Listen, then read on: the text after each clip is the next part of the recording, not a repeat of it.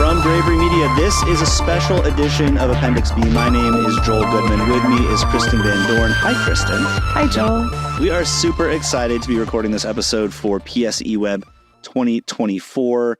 Sadly, we couldn't make it to Olds in Alberta, Canada in person this year, but we did want to give everyone attending a little bit more than just me talking at a webcam with a bunch of slides behind my head. So happy to have this conversation and to extend Appendix B to the PSEWeb crowd. Our topic today is site speed, and particularly, if you look at the conference schedule, this is titled Site Speed is Not Just for Developers. So I'm going to try my best to stay away from the technical side, or at least most of the technical side of website optimization today. And I'm glad you're here, Kristen, because you have a specific outlook on stuff that is somewhat less technical than me sometimes. Yeah, I'm here to make sure that Joel dumbs it down. Well, okay, sure, great, whatever. That might be it. So, either way, I think this will be a great conversation. And to kick it off, I think we should do some groundwork and just talk about why a fast-loading website is important, and particularly why it's important to colleges and universities, to higher education, and all the goals that our institutions have. And so we could start easy. I think, we'll start with a topic that most people are concerned with, and that's search engine optimization. Site speed has a lot to do with it. If you look at how Google ranks things in their search engine result pages, a lot of that comes down to, all of it comes down to the user experience. And a big chunk of that is how fast your website loads. So much so that they put in place a bunch of standards that go through and look at, minutia, like how much stuff is shifted, and then how much time does it take the first image or media component on your web page to load. And then they put that into their ranking algorithm. So if your website takes a long time to load, you are going to fall down the ranks, especially when your competitors have fast websites. There are a lot of different things that go into whether or not a website is loading fast, and we'll hopefully touch on some of those in this conversation. But if you want to climb the search engine result pages, having a website that loads in less than 4 seconds is a super important thing. It's also really important these days when we're talking about institutional trust to think about how a fast-loading site reinforces the idea that it's a trustworthy site. A lot of times when users are clicking around in the web, or they're sent a link and the site doesn't load correctly, or it loads slowly and it may look like aspects of the user experience are broken, or they can't tell, so in UX, when we talk about UX principles, we talk about system status signal, right? Yeah. And so if the user is asking the website to do something, but it's loading slowly, they don't know if it's a user error and it hasn't gone through, or if it's just because the site isn't operating quickly enough and responsively enough to what their commands are. So if they hit a button and nothing happens, they worry I don't know if it went through or not. So all of these things impact a person's sense of trust in the institution, trust that they're receiving information or that things are operating correctly, trust that they're able to see everything that they need in order to get the facts to make certain decisions, but also just trustworthy, this is an institution that they can depend on and rely on the information being valid and correct. Oftentimes when you see a slow loading site, it also indicates that it's an old site. And so then they wonder if the information that's available on that site is trustworthy. It just signals to them that maybe if this is an old site, that your university may not have the same list of programs, that it might not have the same list of services, and they have no way to tell whether or not that's valid or correct, that assumption. Yeah, it's really interesting, because I think there's, on the kind of UX practitioner side of things, a lot of times we think, well, I don't know, it's just loading. People expect a website to load, if it's a white page, something's going to come in quick enough. But we've also all had experiences where we've gone to websites and we've just been presented with a blank white page, or maybe the nav loads in, but then you're just kind of sitting there. And especially with how fast we make decisions these days on the web, what's incentivizing me to wait around and see if something's going to load rather than just decide like, oh, there's something wrong, an error happened. And then that's just so packed with signifiers, that has so much meaning packed into it for someone when they see your website that isn't loading quick enough and they're just looking at something that feels broken. It's not just a single ramification of, oh, well, that website was broken. Maybe I'll come back later. It was broken. I can't trust them. They're not going to give me a good education. There's so many things that get packed into that. And so making sure the site loads fast is going to be something that at least helps you not accidentally make that point, right? Yeah. And Joel, help me out here if I'm wrong. But my assumption is that site speed doesn't just affect like that initial load. It's not like, okay, it takes 8 seconds to load, but then the entire website's there and ready to operate quickly, right? So when you're interacting with any functionality on the site, whether or not that's clicking from page to page, or that is filling out a request for information, or that's opening and closing accordions, or that's just doing a long scroll along a very long page on a mobile device or on a desktop, that all of those interactions are affected by site speed. It's not just that initial load. Yeah, people expect a snappy website. And I think it goes hand in hand. The time it takes for the page to load itself and feel like it's actually usable is generally tied to how snappy and responsive the actual interactions you might have with the site are. So say if you have those accordions and there's like a slight delay for them to open, or slightly longer than people anticipate, that probably is directly connected to how heavy your website is, how heavy your JavaScript code is, and in turn affects how quickly the page itself is going to load. Taking a minute, I'm going to stay away from the technical side as much as I can, but stepping over to the technical side just for a second, one of the things that we think about from a development standpoint for websites is it's kind of like tricking people a little bit. Like, how can we trick people into thinking that the website's loading fast? And honestly, like that's some of the stuff that Google takes into account with good UX.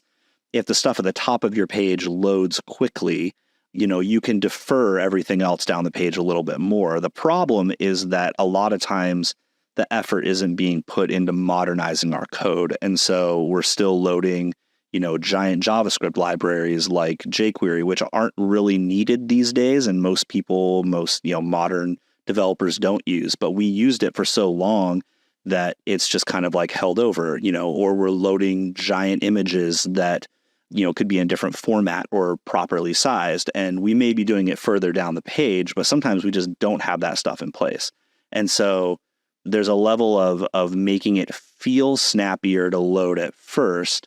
That doesn't necessarily indicate the rest of the interactions are going to be snappy. But if you start from the base level of, we want everything to be super lightweight, you're going to make sure that those cross-page loading times are quick, that the submission on a form is quick, the accordion type of things or sliders, don't do sliders, but if you had sliders on your page, that those feel quick as well. And a lot of this is, it's a feeling, right? It's, we're kind of hitting an emotional response trigger for people using our websites. And if the website doesn't respond to the thing that you're doing fast enough, whether that's loading it or clicking on a button or taking an action or something else, if we don't feel like it's responded fast enough, then that chips away at that trust factor as well.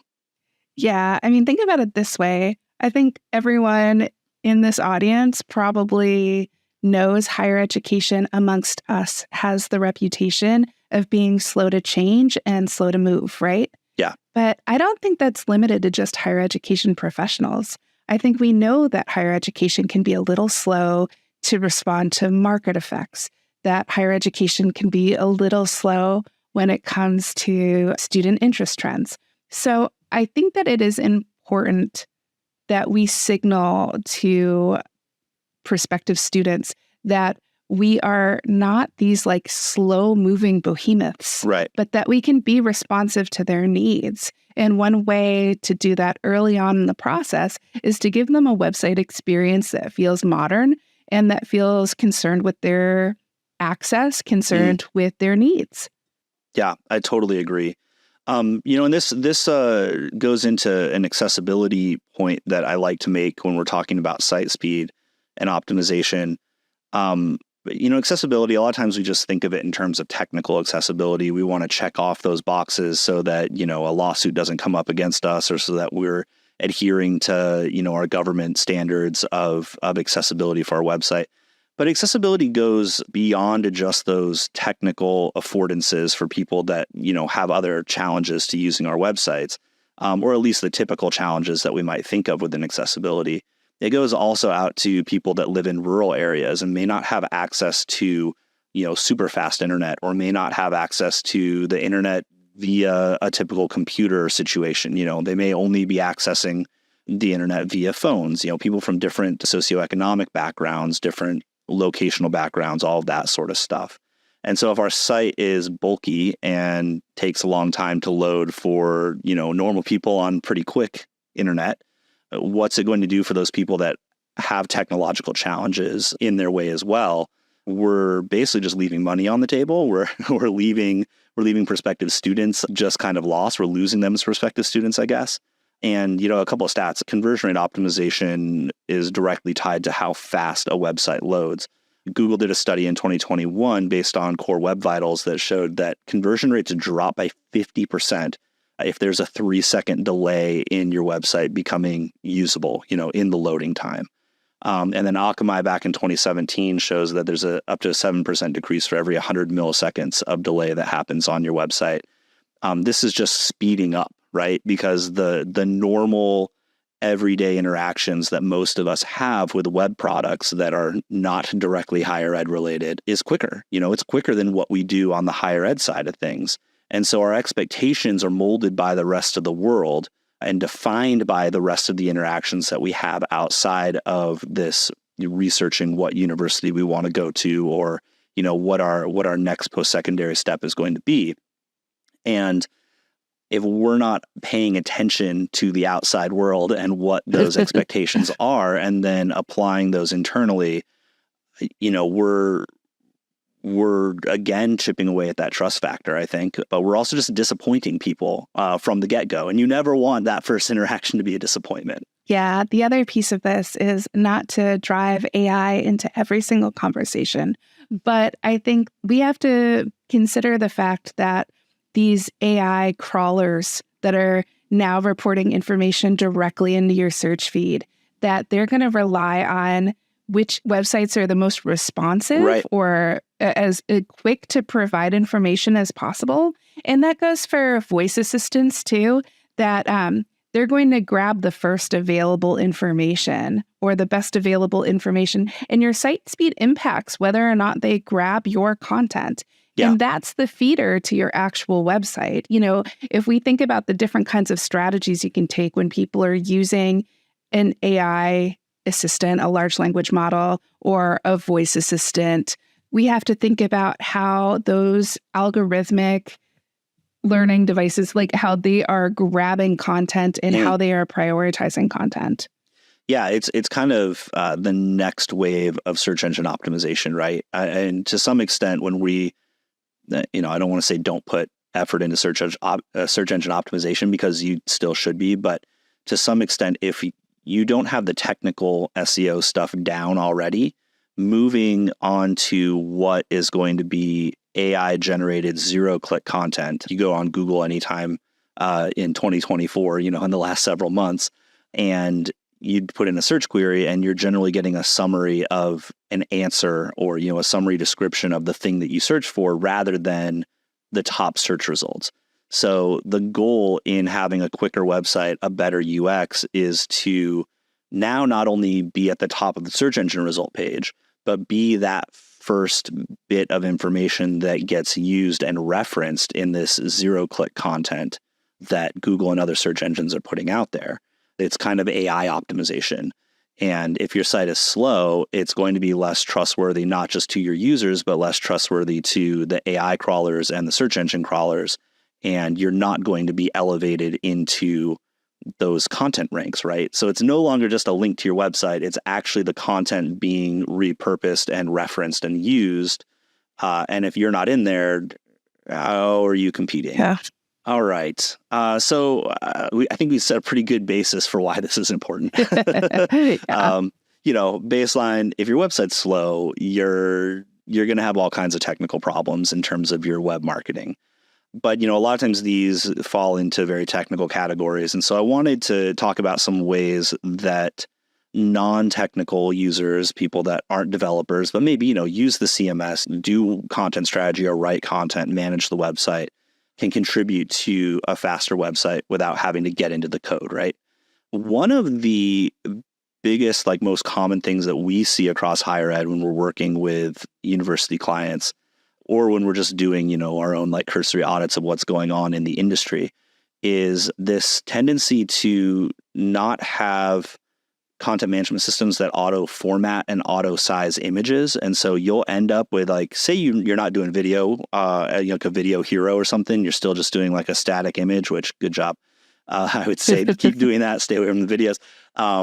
But when you do that, we see oftentimes ping files are being uploaded, and they're sometimes 3 times as large as a JPEG, and they're not being resized to the right device. So someone could be loading your site up on a phone, and you're, basically serving them a 16 megabyte image, which is gigantic. And it could take minutes to download over a cell phone network or even over, typical Wi-Fi. And there are ways to go about this on the technical side. If your devs don't have that automated for you, that's sad. Maybe talk to them about doing that. But the things that you can do are, when you're choosing an image, one of the common things is you take a screenshot of an image and then you'll upload that. If you're on a Mac, it's saving that as a ping file by default, and it's going to be really huge. Load that image up in, Photoshop or, whatever your preview app is, and export it as a JPEG and make that size a little bit smaller. Maybe ask your developer what those dimensions need to be, and then load an appropriate size, or at least a lesser, so slightly smaller image in there. And then talk to them about getting something useful in front of that will automatically serve up the right size image, or, making sure that your CMS does that sort of work for you. Yeah. The next thing that you really want to think about is your video strategy.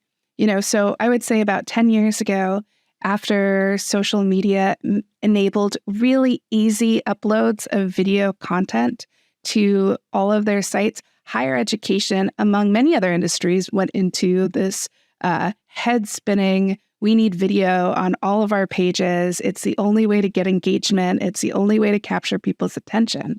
But the tricky thing is that video, for one, takes a longer time to load.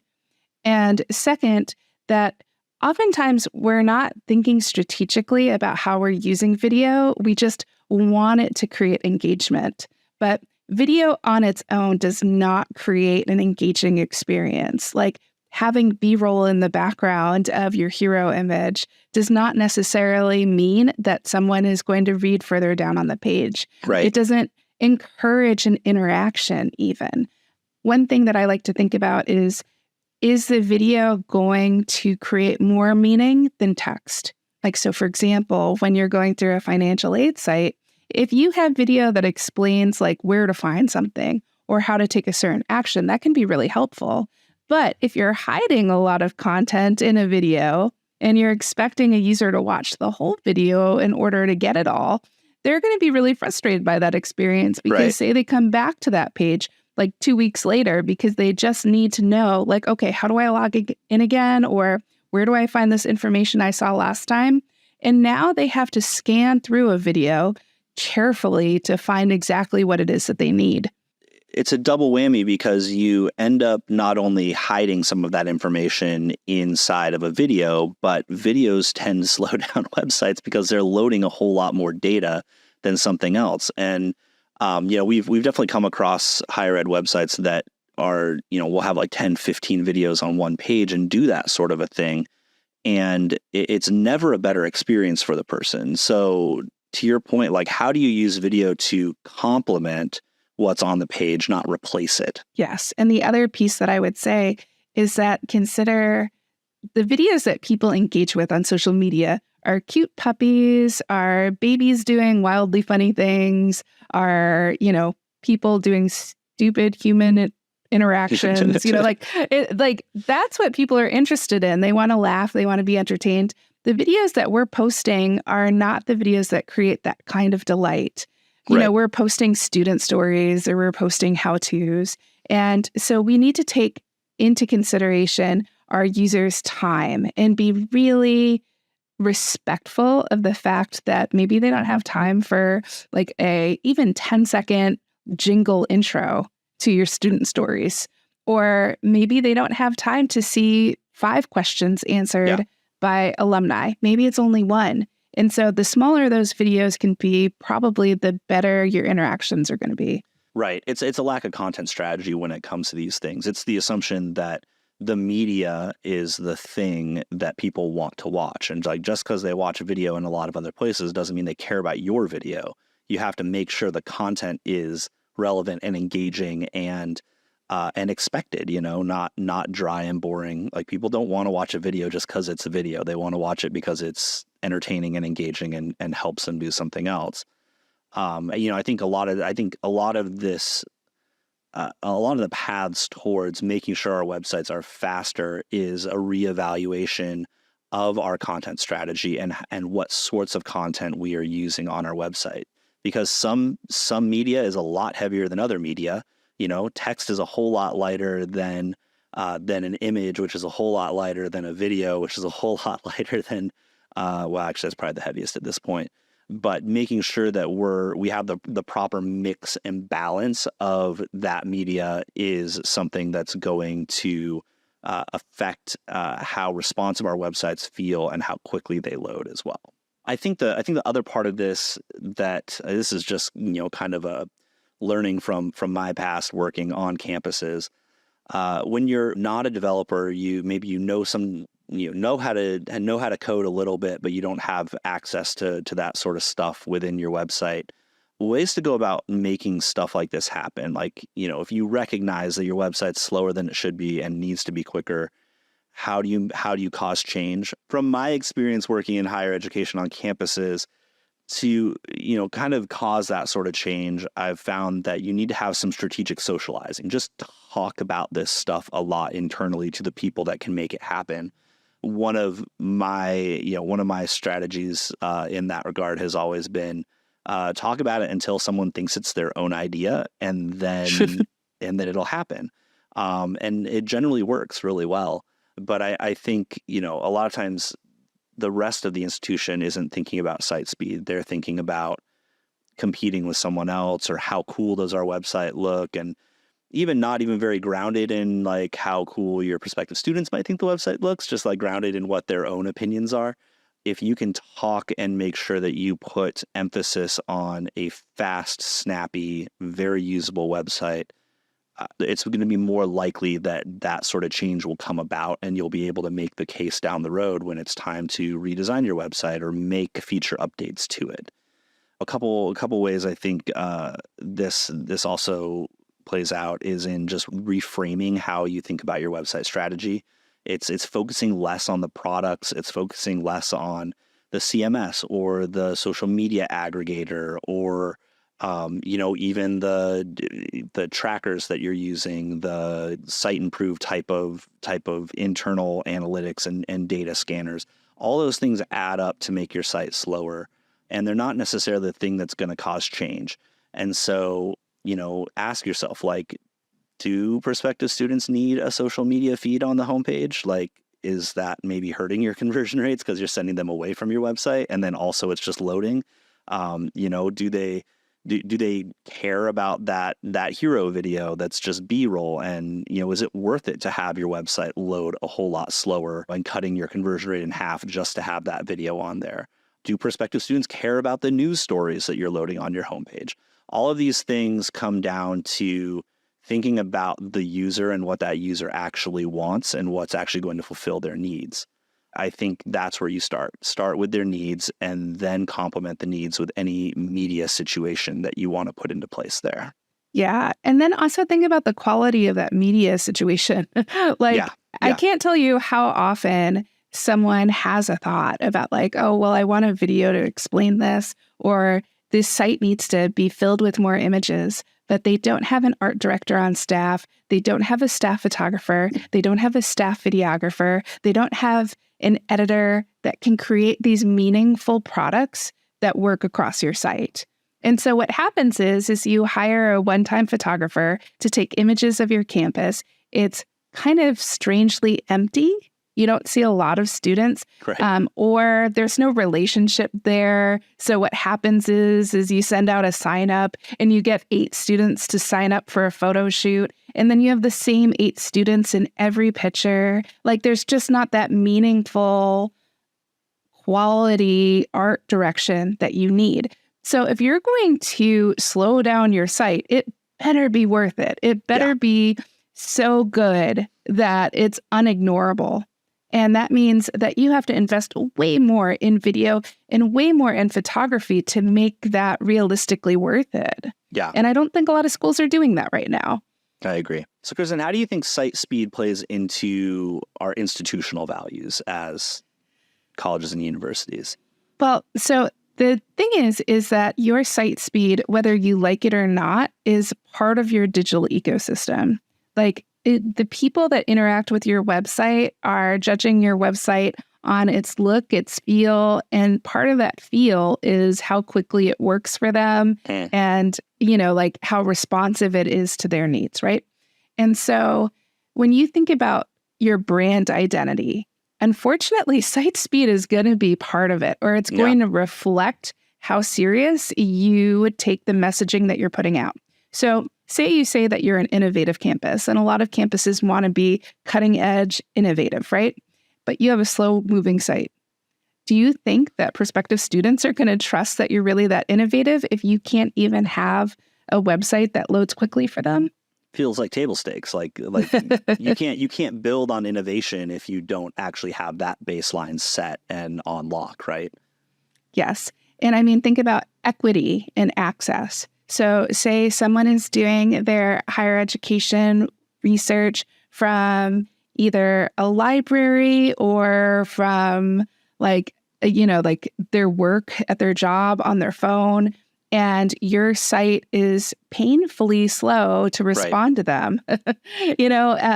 For a variety of reasons, they will feel like, oh, this equity messaging isn't serious. Yeah. Because they can't provide me an experience that's worth having if I'm searching and looking at the site from a county library, or it's not. Oh, go ahead.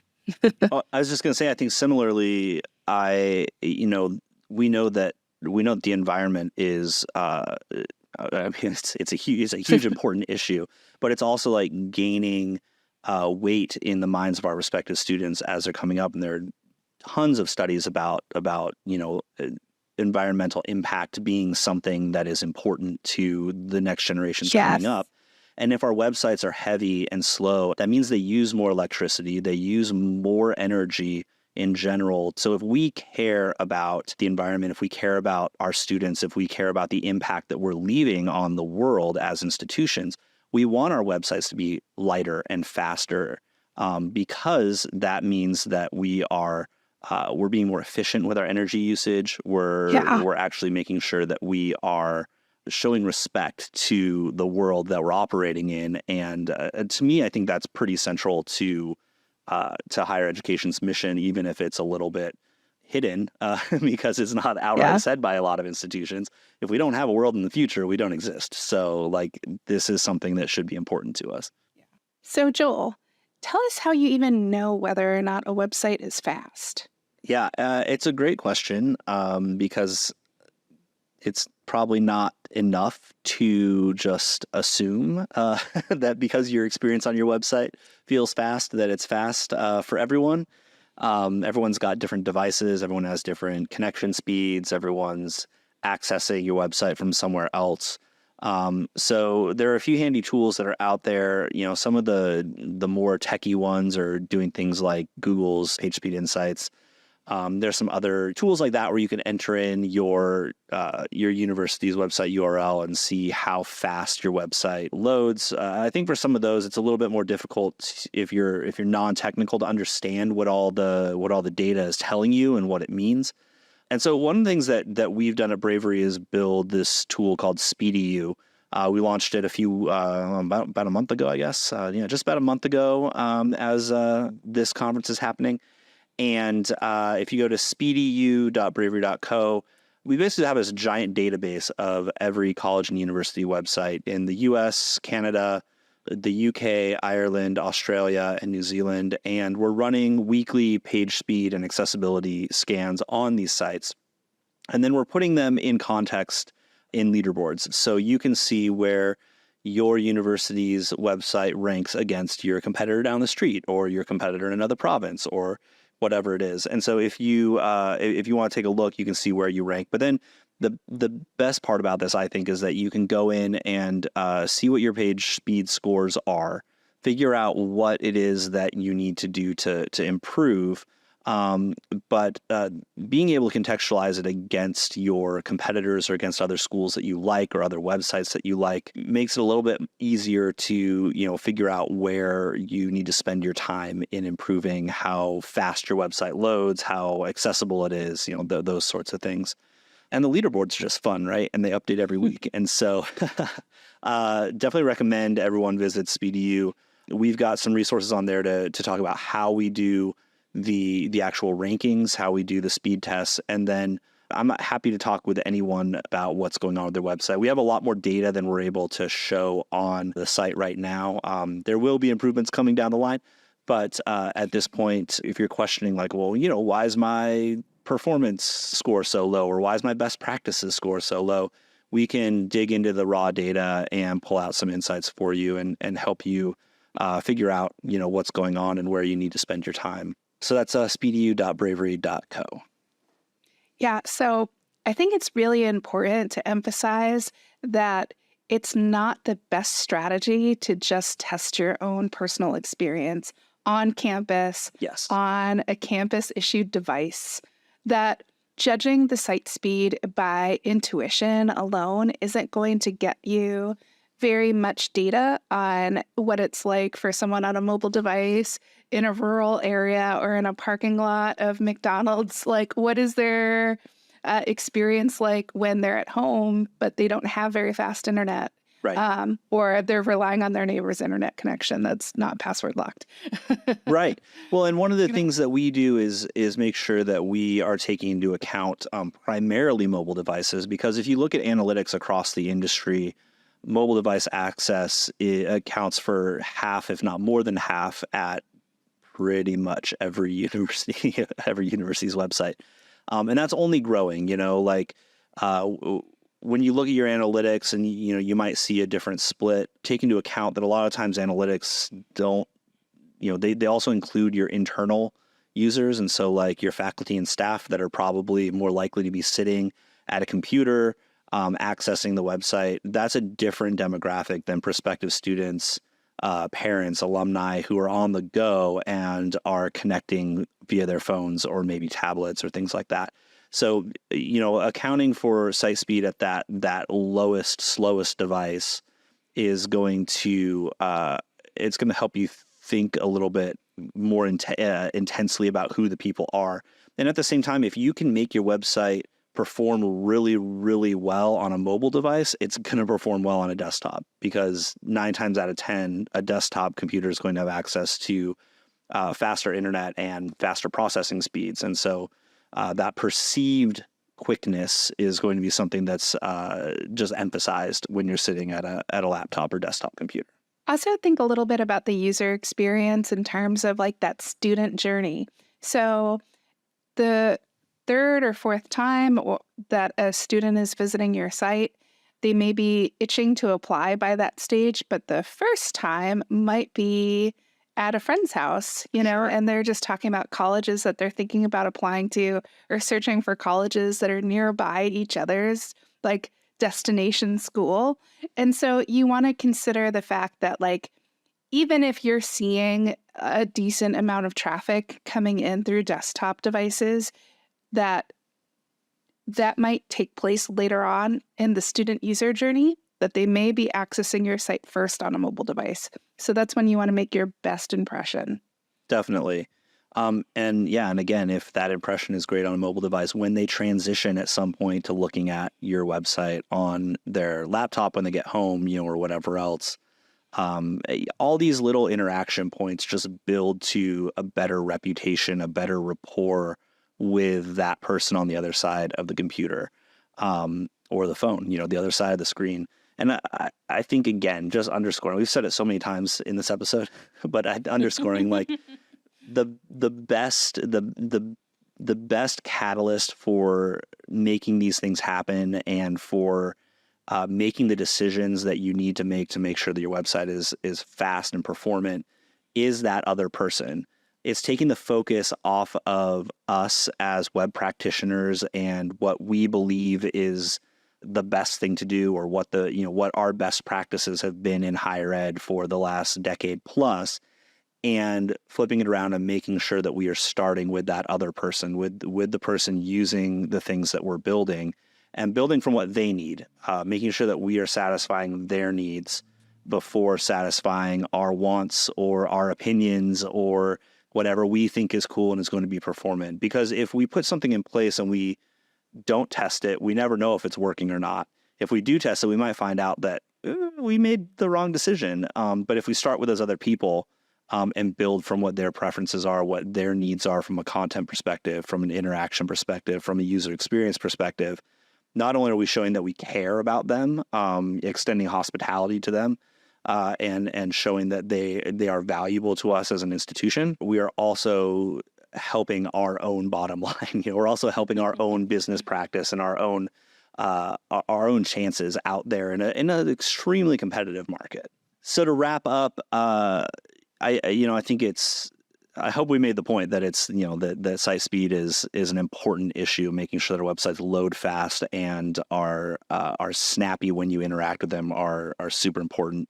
To quickly recap, it affects your search engine optimization rankings. And along with that, if you're represented in the new AI zero-click content that's showing up in search engines, it definitely affects your conversion rate optimization, which directly affects your enrollment numbers. So if you're feeling a crunch and feeling pressure to enroll more students, like most of the world's higher education institutions are, a fast website is the most efficient way and cost-effective way to increase your conversion rates and increase your applicants.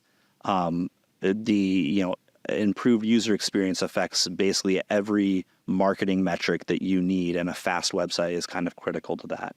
And so the ways that non-technical users can contribute to a faster website: learn a few technical things like how to resize images and what size they should be, what formats you should use, like JPEGs over PNG images, and make sure that you're thinking in that way. And then also reassess your content strategy, reassess the media mix that you're using in your content. Do you need that video? Are you hiding stuff in that video? Are you loading multiple videos on a page? And figure out how to make content that's going to fulfill the needs of your users first, and then complement that with additional media when it's appropriate, and get out of the mindset that you have to have video for everything, or you have to have a giant photo for everything, or you have to have a carousel for everything. Look at the user first and look at the content first. Then strategic socializing. Just make sure that you are talking about this stuff. Be vocal about it. If you actually care about site speed and you understand why it's important, don't just sit on it. Bring it up to people. Be actively talking about ways to improve it, and be actively talking about why it's good for your institution, why it's going to help your enrollment, why it's going to help your reputation, why it's going to help further the mission of your university. And then a refocus on the things that you're thinking about in website strategy. Take a look at the content strategy and the user experience over the actual tools that you want to purchase, over the CMS, over the plugins, over the trackers, over the ad campaigns, all of that stuff. If those things are getting in the way of a good user experience, you're probably having a negative net effect on your institution's reputation and on your enrollment numbers. So by reassessing that and going back to what the actual users, the visitors, the prospective students and parents and donors and everyone else need to make those decisions that you want them to make, you're going to reverse that effect. Thank you so much for listening or watching. If you're at PSEWeb, we really appreciate it. If you like our podcast, we have lots of episodes, and we would love for you to check them out. Maybe leave a rating or review on your podcast streaming service of choice. We hope to see you again, or at least fill your headphones again sometime in the future.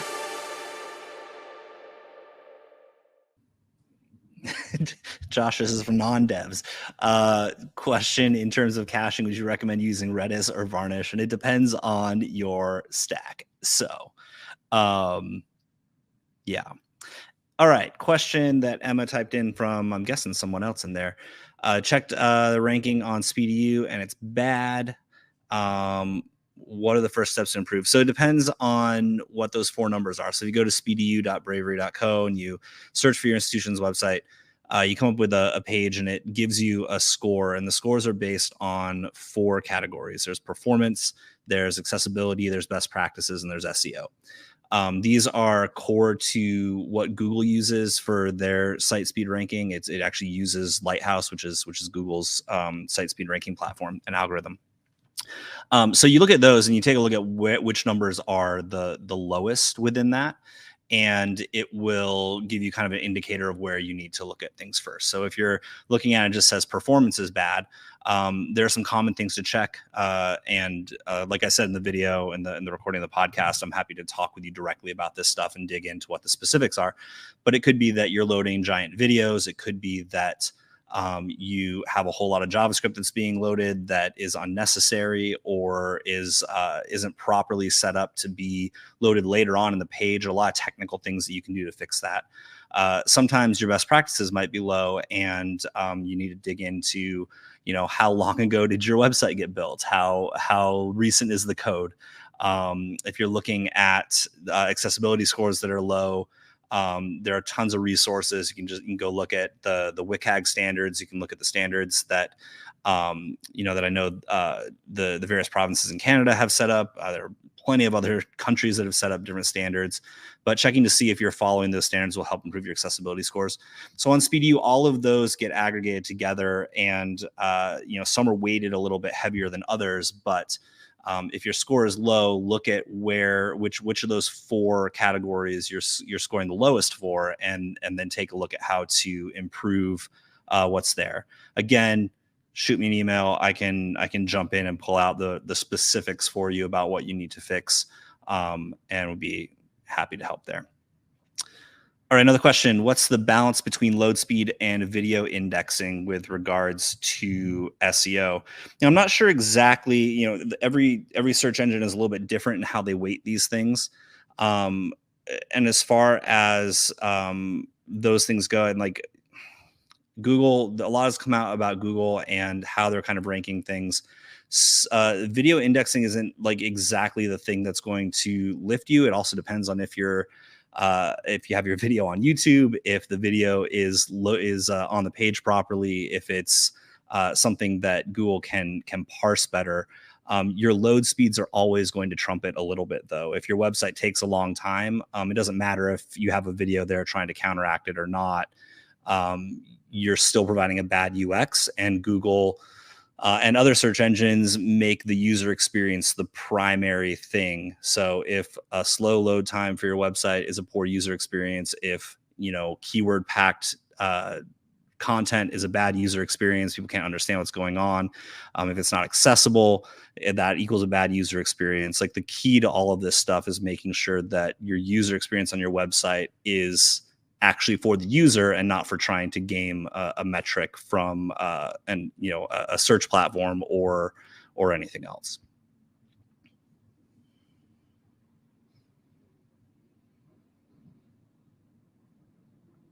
Anybody else? Is it better to host a video on YouTube or your website? Better is a hard qualifier, because what's better for you is going to be different for someone else. So if you're looking to climb YouTube search engine rankings pages to get into Google's zero-click summaries on Google, then There are a couple of data points that indicate YouTube might be better. I think from a general strategy standpoint, it's worse than hosting on your own website or through a white labeled service, a video streaming CDN, or even through products like Wistia or Vimeo. And mostly that's because when you get to the end of a video, Google's going to serve up links to other videos that may or may not be yours. And so you're giving your users an opportunity to leave your website. So this has really nothing to do with site speed at all, apart from videos just slow things down. This is more just a UX and conversion rate optimization play. If you're trying to get people to convert to apply or to request info or to take that next step, and you're sending them to YouTube because they're clicking on a link at the end of one of your videos, you're basically handing them over to that algorithm, an algorithm that is designed to make them stay within YouTube. So you're kind of playing with the fates there. So I think my recommendation is always going to be to host on something that's more white labeled, because you can control the speed of how the video is loaded. I wouldn't necessarily say that you want to load it on your personal website. From your servers, you probably want to use a third-party CDN for it because it's generally going to be faster for visitors. But those trade-offs are just something that you have to weigh in your marketing strategy. Awesome. Well, cool. I don't think there are any more questions. So we can wrap up. Thanks, everyone. I appreciate it. Check out speedu.bravery.co. I also am in the vendors area if you want to say hi, but you can find me and I'm happy to take a look at what's going on with your site. Thanks a bunch.